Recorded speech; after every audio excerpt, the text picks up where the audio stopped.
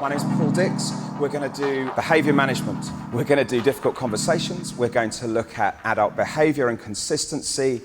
And hopefully on the way, you'll not just get some practical ideas to take away, but you'll actually get an underlying philosophy on behaviour management that starts to make sense. So I need to do a bit of explanation first of all, because I'm standing on a big stage in front of many professionals, and I need to tell you why I get to stand here when for so many years I sat where you were sitting.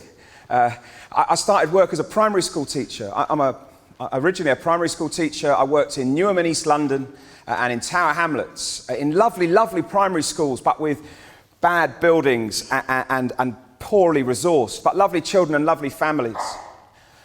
And in Newham in the early 90s, I don't know about your college, I'm sure you don't do this, or I'm sure you don't see the teachers doing this either, but at that time there was a bit of a rush for the staff room on a Friday lunchtime to be the first to get a copy of the Times educational supplement and to start dreaming of the jobs you might be able to have if you managed to get out of Newham. So there am I on a Friday lunchtime, and I'm flicking through the Times Ed, and of course I'm a dreamer. I go straight to the international section.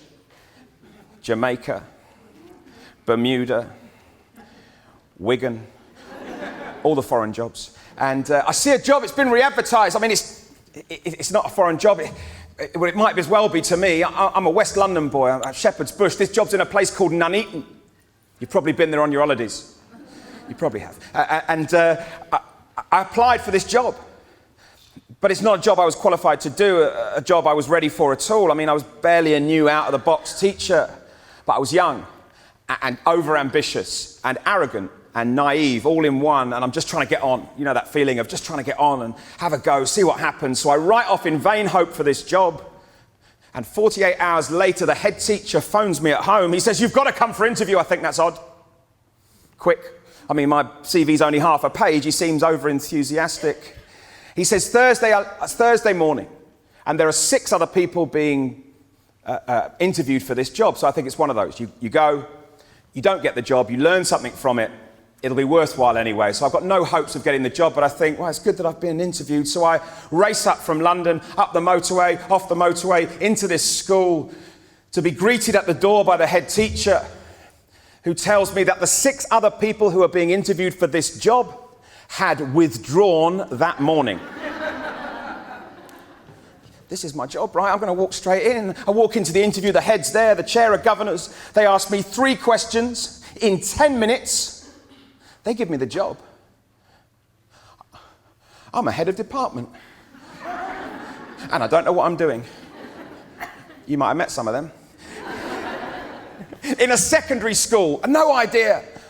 And I think just before I go and work out what I'm going to teach and where I'm going to live and what I'm going to do, I'll just take a drive around the estate.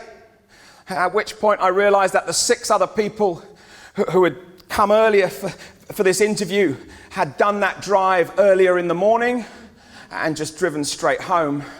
I mean, I'd love to tell you I'm some kind of social hero diving into the worst institutions in the country. No, not at all. Young, arrogant, naive teacher, took the first job that was given to him, and I'm struggling, right? I mean, I'm really struggling. This school's in total chaos. This isn't your environment. This is really extreme. But we can learn something from this environment to bring to yours. But we are in a really extreme situation. The learners run the campus. The adults run scared. They take the long way round to avoid them. They won't go near them. Big groups of learners, they won't go anywhere near. Everyone's avoiding them. The status quo has shifted and it's unbalanced. But no matter, because at the time, the politicians were telling us, because they always have the answers, the politicians were telling us that if you just had great lessons as a teacher, you'd have great behaviour in your classes. And because I was young and naive, I kind of believed them. What a fool am I? And so I went to my friends who were secondary school teachers and I got their best lessons. I got their active and differentiated and well-resourced lessons, and I walked in. I've got a group of 16-year-olds. I walk into the lesson. First day, my first lesson in a secondary school with the big kids. And I stand at the front, and I clap my hands. Nothing. I mean, nothing at all. Not a look in my direction, nothing. They're playing table football at the table. They're climbing in and out of the windows. We're on the ground floor. It's kind of all right, but I'm not too happy. So what do? When you've got a group of young people who are not listening to you, you clap your hands again and you shout a bit louder. Nothing. Not a glimmer. Nothing. You know what? They deliberately decided to send me to Coventry, which everyone knows is more preferable than Nuneaton. But you know what I mean? Nothing. So I think I don't know what to do here. I mean, I went to college. I had a little training session on behaviour management, about half an hour. They said sink or swim, Paul, see how you go. It's all about charisma. It's all about personality. I didn't know what to do. I'm stuck. So I start looming over these 16-year-olds. They're looking at me weirdly. What's he doing? I'm shouting even louder. I've got nothing else. I think, what do you do? I've no idea. I'm 20 minutes into my first lesson, trying to teach big kids. I'm looking in the car park, and I've got my hand in my pocket. I can feel my car keys.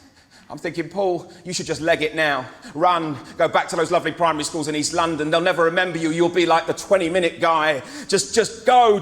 And suddenly, a young man, out of the corner of his mouth, whispers something to me that just sits in my head to this day. Those truths that your children, your colleagues, the learners that you interact with say to you, and they just lodge in your head. You can't get rid of it. You know it's a truth. He says to me, we're not scared of you, sir.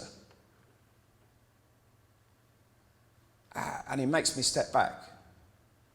Because I came into teaching, I came to work with young people, not to repeat the mistakes that had been done to me. Not to do the kind of humiliation and the shouting and the aggression and the punishment route. I wanted to do something different. And yet here am I, in a situation where I'm not able to manage the behaviour of somebody else, and the first thing I do is revert to the way I was taught, or maybe the way I was parented. I go straight for the aggressive. That's a madness. We're not scared of you, sir. Why would you think that fear was an intelligent way to teach young people how to behave? We're not scared of you, sir. I haven't even introduced myself. I walk in, I start shouting the odds, and I expect them to instantly respect me. Where do I get that from? My own teachers. Here I am repeating the mistakes of the past, and I'm ashamed. I can still hear that voice. We're not scared of you, sir. These young people weren't scared of me. Why should they be? They weren't scared of their parents. They weren't scared of the police.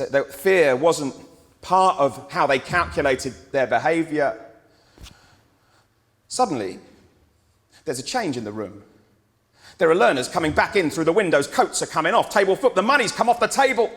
Suddenly, within 30 seconds, I'm surrounded by diligent scholars, pens in hand, books on the table, ready to learn. I'm thinking, what did I do? Did I finally stumble across some magic behaviour management phrase? Was it something I did, something I said? Of course, it's nothing to do with me.